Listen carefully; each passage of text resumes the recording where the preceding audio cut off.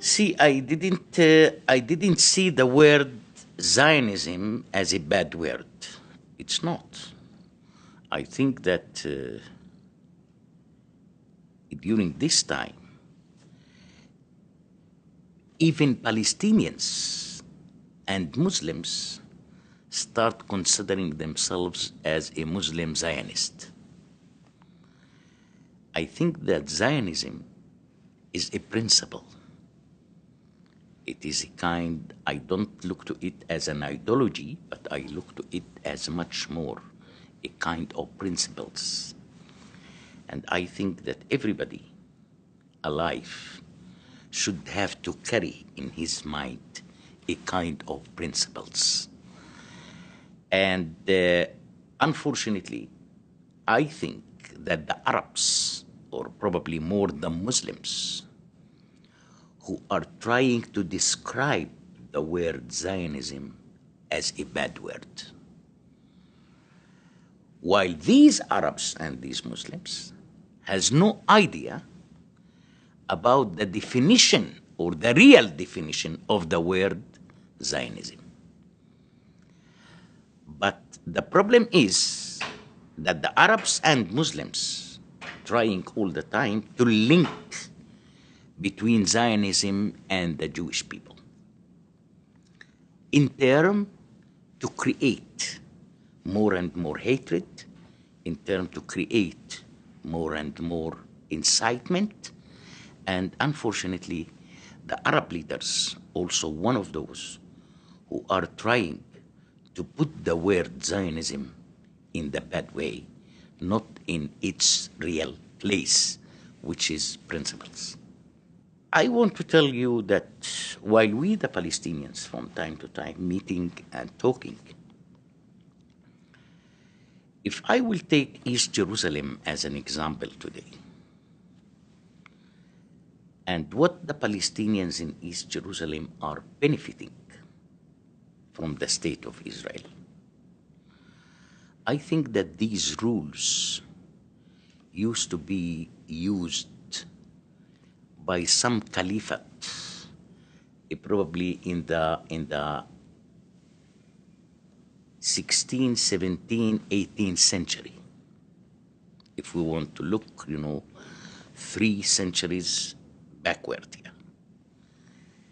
I am looking to those Palestinian big families today, how the government of Israel is paying what we used to call a national insurance for those families, which is not exist under any other Arab country. Neither Saudi Arabia, which is considered as an Islamic country, neither the Iranians, which also considered as an Islamic. This is an Islamic system. This is an Islamic principle here. How to ensure the life of the children. So in Israel today, when you're born till 18 years old, the government is paying a monthly salary for each boy.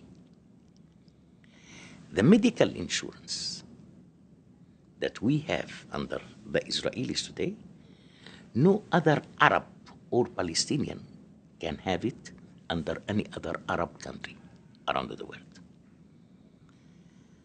I think that some of the principles of the Zionism, which is, if we will go a little bit backward, in my opinion, it's probably came from the Torah, but in the meantime, it's also mentioned in the Koran. So I think that there is a lot of similarity here between the Islam and the Judaism. But unfortunately, we the Muslims are using it in a bad way in terms, as I said, how to incite more and how to hate more. And this is one of the major problems that I think that the Muslims today around the world should have to evaluate their thinking and their beliefs towards the Zionism and towards the Jewish people. I think that the Jewish people should have to defend themselves, to have their own country and to have their own Jewish state. We, the Palestinians today, trying also to defend ourselves in terms to have our own independent Palestinian state. So why you want the Palestinians to have a state and you deny the same right from the other people who are the Jewish people? This is a very big question. I think that if we, the Muslims, will continue holding such horrible ideas towards the Jews, the Israeli-Palestinian conflict will never, ever be ended. I think that the Israeli-Palestinian conflict shouldn't have only to be ended between the Palestinians and the Israelis. It should have to be ended between the Israelis and the Arabs, between the Israelis and the Muslims. And this is sometimes what I used to suggest to the moderate leaders, if there is any moderate leaders these days in the world, that if you want really to solve the Israeli-Palestinian conflict, you have to make a conference and to invite the 22 Arab countries plus another 32 Muslim countries to bring them all together with the Israelis and to say, now we want to make peace.